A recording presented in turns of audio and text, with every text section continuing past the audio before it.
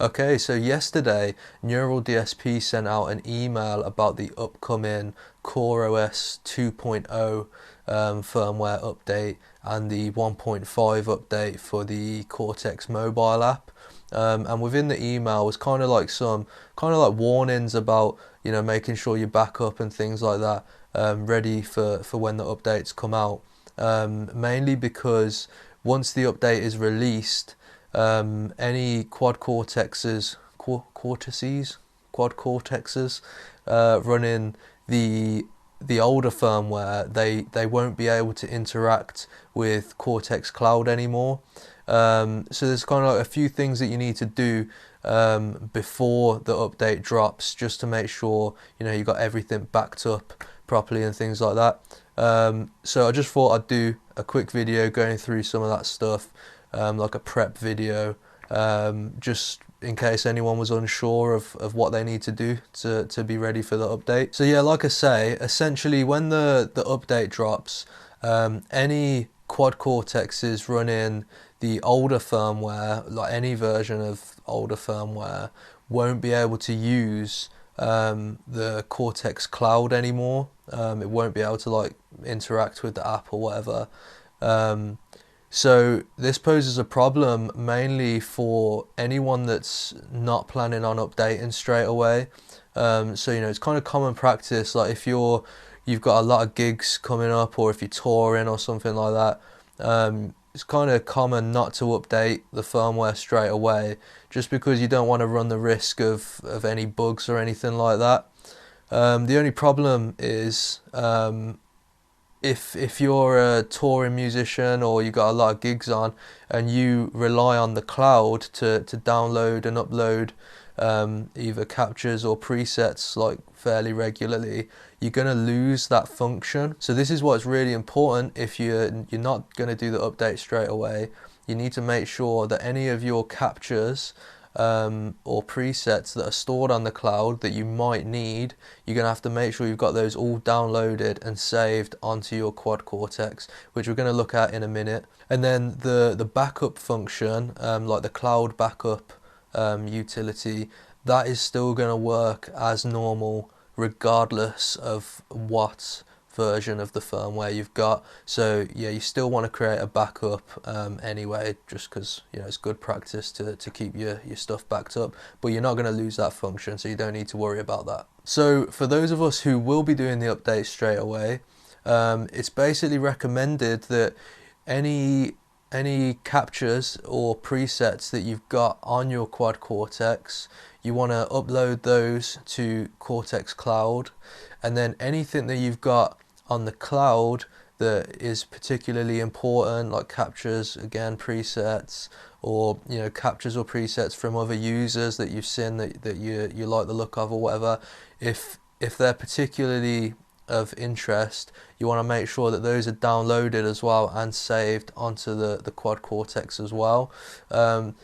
This is just to kind of like, the way I'm thinking of it is it's just like an extra backup of all your important stuff. So obviously we can create a backup on the quad cortex, but by uploading and downloading all of the individual important bits as well, it's just like an extra backup of everything. So we're going to run through how to do that as well in a minute, as well as how to make a backup. But essentially that's all there is to it. I made a few notes, just make sure I'm not missed anything, but that's it really. It's all about just making sure you got the relevant backups before the update drops. Okay, so I'm just going to quickly run through the process of uploading a capture or a preset to Cortex Cloud. So I know most people probably know how to do this already, but just in case there's someone watching who isn't sure, it's super simple. We just open the directory up here, then we can scroll down to captures. So this is where we're going to find all of the captures that either you've created or that you've downloaded from Cortex Cloud. So if you go into bank one, there's some Victory V140 captures here that I've created. So all we got to do is drag that up, copy to cloud, and that'll upload, and it's as simple as that.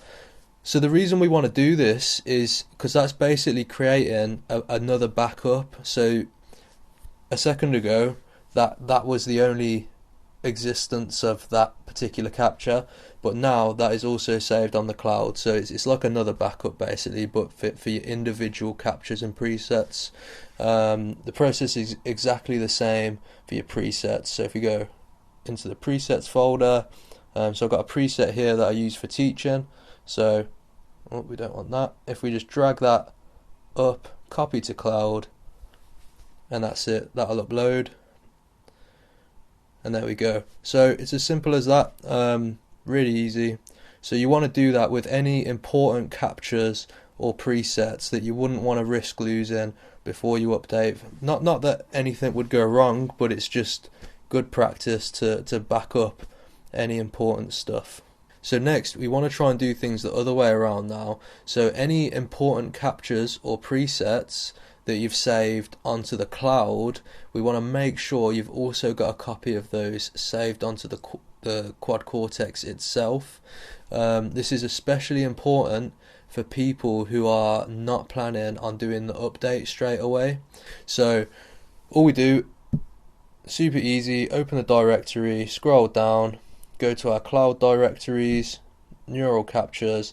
So here we'll find any captures that we've uploaded to the cloud, same with the preset. So there we can see the teaching preset I just uploaded a minute ago, and then also if there's any that you've found on the Cortex cloud that other users have uploaded, like captures and presets, we can access those as well. So there's a few there that I've been looking at from different people, so you want to make sure that you download those as well. Super simple, all you have to do is tap the little download button and that will save. Same for these ones, so we could download those as well, but I've already got those on mine anyway, so that doesn't matter. But yeah, again, it's just if you're planning on updating and doing the 2.0 update, this is kind of just a precautionary measure to make sure that you've got backups of everything on the device and in the cloud. But if you're not planning on updating, this step in particular is really important, because if you've got stuff saved on the cloud that you think you might need to use and you're not planning on doing the update, you're going to need to download it ASAP, because once the update drops, it sounds like you're not going to be able to access that stuff on the cloud unless you've done the 2.0 update. So yeah, important step. Okay, so finally, once we've uploaded all of our important captures and presets to the cloud, and then downloaded any other important captures and presets that are on the cloud and saved them onto our Quad Cortex, the final step is to just create a standard backup of the whole unit, which again, super simple to do. So all we do is we tap the three dots in the corner over here, and then we're going to go settings, and straight away this will open this like account page, and you've got the backup settings here. So all we do is tap create backup, and that'll take about a minute or so, and that's just going to create a full backup of the whole unit. So that was super quick actually, it only took about 10 seconds or so.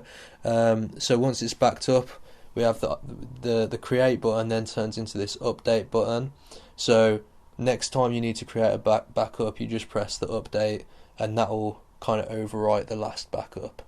And then if you wanted to then restore to a previous backup, you just press download. So say you did the 2.0 update and it wasn't working for you for whatever reason, you can then just press the download button, and that will take you back to your previous backup before you did the 2.0 update. But yeah, I think that's about it really.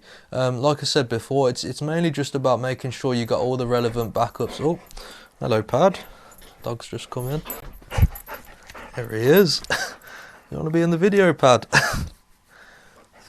But yeah, it's basically just, it's just making sure everything's backed up, so that in the unlikely event that anything goes wrong with the update, or you need to restore some of your captures or presets, or even as drastic as having to restore the whole unit, that you can still make sure you've got somewhere to download all of your stuff from, or you've still got access to all your important presets and captures basically. But yeah, I hope you found the video helpful anyway.